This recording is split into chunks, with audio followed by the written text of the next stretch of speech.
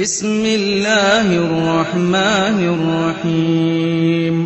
എന്നിട്ട് എൻ്റെ പ്രിയപ്പെട്ടവരെ, നമ്മൾ മനസ്സിലാക്ക്, ഇപ്പോഴത്തെ സാഹചര്യവുമായിട്ട് നിങ്ങളൊന്ന് കൂട്ടി നോക്കിക്കേ. ഇലക്ഷന്റെ റിസൾട്ട് വരുന്നു, റിസൾട്ട് വന്നില്ല, നമ്മൾ ഇപ്പോഴേ ഭയന്ന് റെഡിയായി കഴിഞ്ഞു. റിസൾട്ട് 2 ദിവസം കഴിഞ്ഞിട്ട് റിസൾട്ട് പെട്ടിപ്പൊട്ടിക്കാൻ പോവാ, നമ്മൾ ഇപ്പോഴേ ഭയന്നു. അല്ലാ, കഴിഞ്ഞ പടച്ചവനെല്ലാം തീർന്നു. അല്ലാ പടച്ചവനെ, ഇനി എന്ത് ചെയ്യും ഉസ്താദെ, ഇനി എന്ത് ചെയ്യും ഉസ്താദെ? ഏക സിവിൽ കോഡ്, NRC, പൗരത്വ ബില്ല്, അത് ഇത്, പടച്ചവനെ നമ്മുടെ കാര്യം പോക്കാ. ഞാൻ നിന്നോടൊരു ചോദ്യം ചോദിക്കട്ടെ, ഞാൻ എൻ്റെ പൊന്നാര ചങ്ങാതിയോട് ചോദിക്കട്ടെ. അല്ല ചോദിച്ച ചോദ്യമാ, സ്വർഗത്തിലേക്ക് വെറുതെ കയറിപ്പോകാൻ പറ്റുമെന്നാ നീ കരുതുന്നേ? അള്ളാഹു ചോദിച്ച ഒരു ചോദ്യമുണ്ട്, സ്വർഗത്തിലേക്ക് വെറുതെ കയറി പോകാൻ പറ്റുമോ? അള്ളാഹ് പറഞ്ഞു, ഇല്ല. ഫലമ്മാ യഅതികും മസലുൽ ലദീന ഖലൂ മിൻ ഖബ്ലികും, നിന്റെ മുൻഗാമികളായ ആൾക്കാരെ കൊണ്ടുവന്നിട്ട്, ബനൂ ഇസ്രായേൽപ്പെട്ട ജനങ്ങളെ കൊണ്ടുവന്നിട്ട്, മതം മാറിയവരെ കൊണ്ടുവന്ന് കുഴിക്കകത്ത് ഇറക്കി നിർത്തും. തലയുടെ മധ്യഭാഗത്ത് വാള് വെച്ചിട്ട് ചോദിക്കും, മതം മാറുന്നുണ്ടോ? ഇല്ലാന്ന് പറഞ്ഞാ മരം മുറിക്കുന്നത് പോലെ അവരെ 2 കഷ്ടമായി മുറിക്കപ്പെടുമായിരുന്നു എന്ന് ആദരവായ പ്രവാചകൻ നബി മുഹമ്മദ് മുസ്തഫ. ഉറക്കപ്പറ, ആദരവായ പ്രവാചകൻ നബി മുഹമ്മദ് മുസ്തഫ. അല്ലാഹു നമുക്ക് ഈമാൻ നൽകി അനുഗ്രഹിക്കുമാറാകട്ടെ. അപ്പൊ ഞാൻ പറഞ്ഞു വന്നത്, ഈമാൻ കേറിക്കഴിഞ്ഞാൽ പേടിയൊക്കെ നഷ്ടപ്പെടും ചങ്ങാതി. അള്ളാനെ കുറിച്ച് മനസ്സിലാക്കി കഴിഞ്ഞാൽ നമ്മുടെ ഭയമൊക്കെ മാറും. അള്ളാനെ ഇപ്പൊ ആർക്കും മനസ്സിലാക്കേണ്ട കാര്യമൊന്നും ഇല്ലല്ലോ. ഇപ്പൊ നമുക്കതുകൊണ്ട് തന്നെ വേറെ പല ചിന്തയും ടെൻഷനും ബേജാറും. മക്കൾക്ക് വലിയ ടെൻഷനാ. എന്റെ പൊന്നാര ചങ്ങാതി, ജനിച്ച ഒരു ദിവസം മരിക്കും. എടാ, നീ അനുഭവിക്കാനുള്ളത് നീ അനുഭവിക്കുക തന്നെ വേണം. എന്റെയും നിങ്ങളുടെയും നമ്മളൊക്കെ ഉമ്മയുടെ വയറ്റിൽ കിടക്കുമ്പോഴേ അള്ളാഹു നമ്മുടെ എല്ലാ കാര്യങ്ങളും തീരുമാനിച്ചു കഴിഞ്ഞു. ആരാ അധികാരം കൊടുക്കുന്നത്? ആരാ? അല്ലയല്ലേ? ഖുലില്ലാഹുമ്മ മാലിക്കൽ മുൽകി തുഅതിൽ മുൽക മിമ്മൻ തശാ. അല്ലാഹ് പറഞ്ഞില്ലേ, അധികാരം എന്റെ കയ്യിലാണ്. അധികാരം കൊടുക്കുന്നവൻ അള്ളയാ. അപ്പൊ അള്ളയാണ് ഈ ചങ്ങാതിമാർക്ക് അധികാരം കൊടുത്തത്. എന്തിനാ? നമ്മളെല്ലാം ദുആ ചെയ്ത്, പഠിച്ചോനെ അല്ലാ അല്ലാ അല്ലാ അല്ലാന്ന്. എന്നിട്ടും അള്ളാഹു അധികാരം ഇവരുടെ കയ്യിൽ കൊടുക്കുന്നുണ്ടെങ്കിൽ അതിനകത്ത് നിന്ന് പാഠം പഠിക്കണം. നമ്മൾ മനസ്സിലാക്കേണ്ടത് നമ്മൾ മനസ്സിലാക്കാം. എന്തുകൊണ്ടാ പടച്ചവൻ നമ്മളെ കൈവിട്ട് കളഞ്ഞത്? എന്തുകൊണ്ടാ എന്റെ സഹോദരങ്ങളെ? നമ്മൾ അള്ളാഹുവിനെ മറന്നതുകൊണ്ടാ. നമ്മൾ പടച്ച റബ്ബിനെ നമുക്ക് പേടിയില്ല, അള്ളാഹിനെ നമുക്ക് ഭയമില്ല. അള്ളാഹിനെ ഭയമില്ലാതെ വരുമ്പോ, അള്ളാഹു പറയുന്നത് അനുസരിക്കാതെ വരുമ്പോ അള്ളാഹു നമ്മളെ കൈവിട്ട് കളയും. അള്ളാഹു നമുക്ക് ഈമാൻ നൽകുമാറാകട്ടെ. അതുകൊണ്ട് എന്റെ പ്രിയപ്പെട്ടവരെ, വരാനുള്ളതൊക്കെ വരും, അതൊന്നൊരു ബേജാറായി കാണരുത്. അതൊക്കെ വരികയും നമ്മളത് വലിയ വിഷയമാക്കി എടുക്കേണ്ട കാര്യമൊന്നുമില്ല. ഈമാൻ അത് നിലനിർത്താനുള്ള വലിയ കഷ്ടപ്പാടാ. വലിയ പരീക്ഷണം വരാൻ പോവുകയാ, വലിയ പരീക്ഷണം വരാൻ പോവുകയാ. ഇതൊക്കെ അള്ളാന്റെ ഖുർആൻ നേരത്തെ പറഞ്ഞതാ.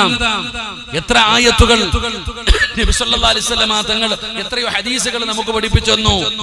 അല്ലാഹുവിന്റെ പരിശുദ്ധമായ ഖുർആൻ തന്നെ പറയുകയാണ്, വലനബുലുവന്നകും ബിശൈഇൻ മിനൽ ഖൗഫി വൽ ജൂഇ വനഖസിം മിനൽ അംവാലി വൽ അൻഫുസി വസ്സമറാത്ത്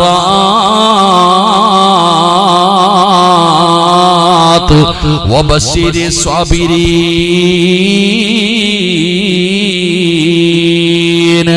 الذين إذا أصابتهم مصيبة قالوا إنا لله وإنا إليه راجعون. അല്ലാഹു ഖുർആനിൽ പറഞ്ഞിട്ടുണ്ട്, അല്ലാഹു തന്റെ അടിമകളെ പരീക്ഷിക്കും. അല്ലാഹു തന്റെ അടിമകളെ പരീക്ഷിക്കും. വലനബുലുവന്നകും ബിശൈഇൻ മിനൽ ഖൗഫ്. അല്ലാഹു ഭയം തന്നു പരീക്ഷിക്കും. അല്ലാഹു തന്റെ അടിമകൾക്ക് ഭയം കൊടുത്തിട്ട് പരീക്ഷിക്കും. ഫലസ്തീനിലേക്ക് നോക്ക്, എന്തെല്ലാം ചെയ്തിട്ടും വല്ല മാറ്റം ഉണ്ടാ ചങ്ങാതിമാർക്ക്? അവിടത്തെ കുട്ടികളൊക്കെ കണ്ടില്ലേ? ഇപ്പം അങ്ങ് ഒറ്റ 24 മണിക്കൂർ കൊണ്ട് ഈ നാട് ഒന്നുമില്ലാതാക്കുമെന്ന് പറഞ്ഞിട്ട് മാസം കുറെ ആയില്ല ചങ്ങാതി. അള്ളാഹു മരിച്ചവർക്ക് ഷഹീദിന്റെ കൂലി കൊടുക്കുമാറാകട്ടെ. ആമീൻ പറ. അള്ളാഹു ഷഹീദിന്റെ കൂലി കൊടുക്കുമാറാകട്ടെ. അള്ളാഹു അവർക്ക് സമാധാനം കൊടുത്ത് അനുഗ്രഹിക്കുമാറാകട്ടെ. എന്റെ പ്രിയപ്പെട്ടവരെ, അതാണോ ഈമാൻ ഉറച്ചുള്ള ഭയം കിട്ട്. അല്ല പറഞ്ഞു, നിന്നെ ഞാൻ പേടിപ്പിക്കും, നിന്നെ കൊല്ലൂന്ന് പറയും, നിന്നെ നാട് കടത്തുന്ന് പറയും, നിന്നെ പലതും ചെയ്യൂന്ന് പറയും. അധികാരം കിട്ടുമ്പോ, സമ്പത്ത് കടന്നു വരുമ്പോ വരുമ്പോ, സുഖം കടന്നു വരുമ്പോ, വിദ്യാഭ്യാസം കടന്നു വരുമ്പോ, അള്ളാന്റെ ദീനിനെ മറന്നു കളയുന്ന പെണ്ണുങ്ങളോട്, അള്ളാന്റെ ദീനിനെ മറക്കുന്നവരോട് ഞങ്ങളൊക്കെ വാത് പറയുമ്പോ നിങ്ങൾ ചോദിക്കുന്ന ചോദ്യം എന്തെന്നറിയോ? ഉസ്താദേ, നിങ്ങൾ പറയുന്നത് പോലെ ഈ കാലഘട്ടത്തിൽ ജീവിക്കാൻ കഴിയുമോ? നിങ്ങൾ പറയുന്നത് പോലെ ഈ കാലഘട്ടത്തിൽ ജീവിക്കാൻ കഴിയുമോ? പെങ്ങളെ, ലോകത്തിലെ ഏറ്റവും വലിയ സമ്പന്നനാണ് ഫിറഔൻ. അവനെ പോലെ ഈ ദുനിയാവിൽ സുഖിച്ച വേറെ ഒരാളില്ല, അവനെ പോലെ ജീവിച്ച വേറൊരുത്തനുമില്ല. ആ ഫിറഔന് കരയിൽ കടന്ന് വ്യഭിചരിച്ചിട്ട് മതിവരാതെ കടലിന്റെ നടുക്കത്ത് പോയി കടന്ന് വ്യഭിചരിച്ചവനാ ഫിറഔൻ. ആ ഫിറഔനിന്റെ കൊട്ടാരത്തിലാണ് അല്ലാഹ് എന്ന് പറഞ്ഞ തലവെട്ടുന്നവന്റെ വീടിനകത്ത്, അവന്റെ ബെഡ്റൂമിനകത്ത് അല്ലാഹനെ അനുസരിച്ച് ജീവിച്ചവളാ ആസിയ. ആ കൊട്ടാരത്തിന്റെ അകത്ത് അല്ലാഹനെ പേടിച്ച് ജീവിച്ചവളാ ആസിയ. അല്ലാഹുവേ, ആസിയ മരിക്കുന്ന സമയത്തോ പടച്ചവനോട് പറഞ്ഞതെന്താ? പടച്ചവനെ, ഫിറഔനിന്റെ കൊട്ടാരവും അവന്റെ ആഡംബരങ്ങളും ആ സുഖവാസങ്ങളും മുഴുവനും വലിച്ചെറിയുന്നു റബ്ബേ. എനിക്ക് വേണ്ടത് റബ്ബി ബിനിലി ഇൻദക ബൈതം ഫിൽ ജന്നാ, എനിക്ക് സ്വർഗത്തിലൊരു വീട് വേണം തമ്പുരാന്. പെങ്ങളെ, ഖിയാമത്ത് നാൾ വരെയുള്ള മുസ്ലിമീങ്ങളോട് അല്ലാഹ് പറഞ്ഞ വാക്ക്, നിങ്ങൾ ആസിയാനെ കണ്ടുപഠിക്കൂ, നിങ്ങൾ ആസിയാനെ കണ്ടുപഠിക്കൂ. ഈമാനിന്റെ വിഷയത്തിൽ നിങ്ങൾ ആസിയാനെ കണ്ടുപഠിക്കണേ എന്ന് അല്ലാഹുവിന്റെ വിശുദ്ധ ഖുർആൻ. ഇതാടോ ഞാനും പറഞ്ഞത്. ഒരാളുടെ ഹൃദയത്തിന്റെ അകത്ത് ഈമാൻ കേറിക്കഴിഞ്ഞാൽ, അല്ലാഹയാരാണെന്നറിഞ്ഞാൽ, അവന്റെ പേടി നഷ്ടപ്പെടുകയാണ്. അവനൊന്നിനെയും ഭയമില്ല, അവന് മരണത്തെയും ഭയമില്ല, അവൻ എന്ത് ശിക്ഷ കിട്ടിയാലും അവന് ഭയമില്ല, അവന് എന്ത് ചെയ്താലും അവന് പേടിയില്ല. ഒരു വല്ലാത്ത ധൈര്യമാണ്, എല്ലാത്ത ധൈര്യമാണ്. പടച്ചവനെ, ഹജ്ജാജ് എന്ന് പറയുന്ന ക്രൂരനായ ഭരണാധികാരികളുടെ ചരിത്രം പഠിച്ചവനല്ലേ ഹജ്ജാജ്. ഞാനാണ് ദൈവമെന്ന് പറഞ്ഞു നടന്നവനാണ്.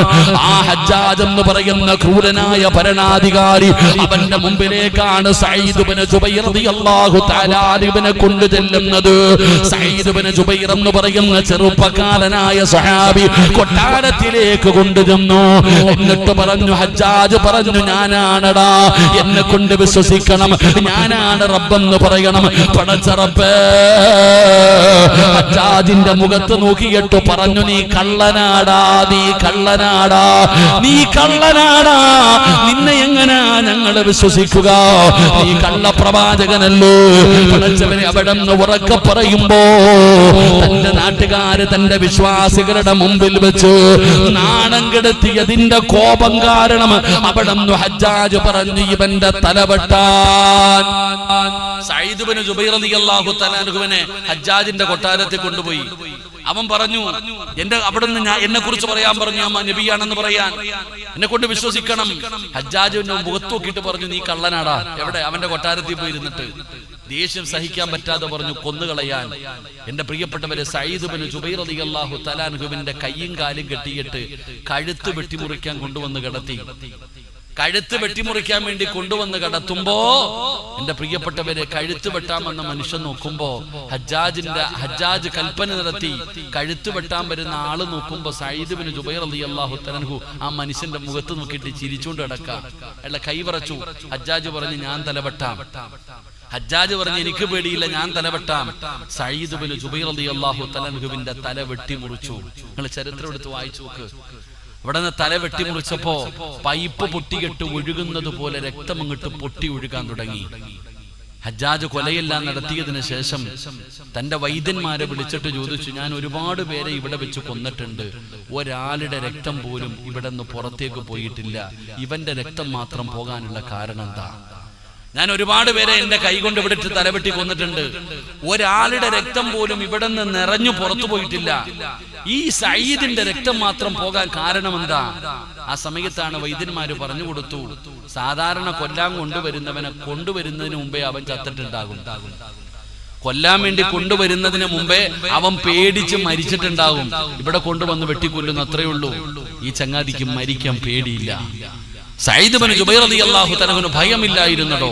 ഇവിടെ ഒരാളുടെ ഹൃദയത്തിന്റെ അകത്ത് ഈമാൻ കേറിയാൽ അവൻ ഉണ്ടാകുന്ന ഒന്നാമത്തെ നേട്ടം അവന്റെ ഭയം നഷ്ടപ്പെടും. അല്ലാഹു നമുക്ക് ഈമാൻ നൽകുമാറാകട്ടെ. ഉറക്കപ്പറ അല്ലാഹു ഈമാൻ നൽകുമാറാകട്ടെ. അല്ലാഹു ഈമാൻ നൽകുമാറാകട്ടെ. ബോറടിക്കണുണ്ടോ? ബോറടിക്കണുണ്ടോ? ഈ വിഷയം പറയുമ്പോ അങ്ങനെ നമുക്കിപ്പോ ഇതിലേ പറയാൻ പറ്റൂ, ഖുർആൻ ഹദീസിലേ പറയാൻ പറ്റൂ. ബോറടിക്കണുണ്ടെങ്കിൽ പറഞ്ഞേക്കണം. അല്ലാഹു നമുക്ക് ഈമാൻ തരുമാറാകട്ടെ. അല്ലാഹു ഈമാൻ തരുമാറാകട്ടെ. ഇവിടെ ഞാൻ ചോദിക്കുന്നത്, നബിതങ്ങളെ അല്ലേ അള്ളാഹു ഏറ്റവും കൂടുതൽ ഭയപ്പെടുത്തിയത്? നിങ്ങൾ നോക്കിക്കേ, നബി സല്ലല്ലാഹു അലൈഹി വസല്ലം തങ്ങളെ കൊല്ലാൻ വീട് വളഞ്ഞില്ലേ? നബിതങ്ങളെ വീടിന് ഹിജ്റയ്ക്ക് പോകാൻ തയ്യാറായപ്പോ നബി സല്ലല്ലാഹു അലൈഹി വസല്ലം തങ്ങളെ കൊല്ലാൻ വേണ്ടി വീട് വളഞ്ഞിട്ട് കാത്തു നിൽക്ക, ഇറങ്ങി അപ്പ കൊന്നേക്കണം. ആരുടെ കൈ കിട്ടുന്നോ ആർക്ക് വേണമെങ്കിലും കൊല്ലാം. കൊല്ലുന്നവന് സമ്മാനം പ്രഖ്യാപിച്ചു. ഉരി പിടിച്ച വാളുമായിട്ട് നബിതങ്ങളുടെ വീട് വളഞ്ഞിട്ട് ശത്രുക്കൾ നിൽക്കുകയാണ്. നിങ്ങൾ ചരിത്രം എടുത്ത് വായിച്ചു നോക്കിയേ. നബി സല്ലല്ലാഹു അലൈഹി വസല്ലമ തങ്ങൾ ആ വീടിനകത്ത് അലിയാര് തങ്ങളെ പിടിച്ചു കിടത്തിയിട്ട് നബിതങ്ങൾ ഇറങ്ങാൻ സമയമായപ്പോ അതാ വരുന്ന മുഖറബുൽ അംലാഖു മലക്ക് ജിബ്രീൽ. ജിബ്രീൽ എന്ന് പറയുന്ന മലക്ക് നബിതങ്ങളുടെ മുമ്പിൽ ഇറങ്ങി വന്നു. എന്നിട്ട് പറഞ്ഞു, നബിയേ, വജഅൽനാ മിൻ ബൈനി ഐദീഹിം സദ്ദാ വമിൻ ഖൽഫിഹിം സദ്ദാ. യാസീനിൽ എപ്പോഴും ഓതുന്ന ഒരായത്താണ് ഞാനും നിങ്ങളും. നബിയേ, ഒരു പിടി മണ്ണ് വാരണം, ഒരു പിടി മണ്ണ് വാരണം. എന്നിട്ട് ഈ ആയത്ത് ഓതി ആ മണ്ണിൽ ഊതിയിട്ട് വാതിൽ തുറന്ന് 4 ഭാഗത്തേക്കും വലിച്ചെറിഞ്ഞിട്ട് ഇറങ്ങിപ്പോക്കോ. അള്ളാന്റെ റസൂൽ സല്ലല്ലാഹു അലൈഹി വസല്ലമ തങ്ങള് തന്റെ വീട് മുഴുവനും വളഞ്ഞു നിൽക്കുന്ന ശത്രുക്കളുടെ കണ്ണിന്റെ മുമ്പിലൂടെ ആ ഒരു പിടി മണ്ണ് വാരി വലിച്ചെറിഞ്ഞിട്ട് നബിതങ്ങൾ ഇറങ്ങിപ്പോയില്ലേ? AK-47 കൊണ്ടൊന്നും അല്ലല്ലോ പോയത്. എന്റെ പ്രിയപ്പെട്ടവരെ, ഇതിൽ നിന്ന് എന്ത് മനസ്സിലാക്കണം? ഒരു മുസ്ലിമിന്റെ കാൽ ചുവട്ടി കിടക്കണ ഒരു പിടി മണ്ണ് മതി നമുക്ക് രക്ഷപ്പെടാൻ. അതും ചില സമയത്ത് അങ്ങനെ. ബദറിന്റെ രണാങ്കണത്തിൽ പോകുന്ന സഹാബി നബി സല്ലല്ലാഹു അലൈഹി വസല്ലം തങ്ങളുടെ ചാരത്ത് വന്നിട്ട് പറഞ്ഞു, അത്ര നബിയെ, ഒന്നുമില്ല നബിയെ, വാളുമില്ല, പരിചയമില്ല, കുന്തോ ഇല്ല, ഒന്നുമില്ല. താഴെ കിടന്ന മടലെടുത്ത് കൈ കൊടുത്തിട്ട് പറഞ്ഞു, പൊക്കോളാൻ.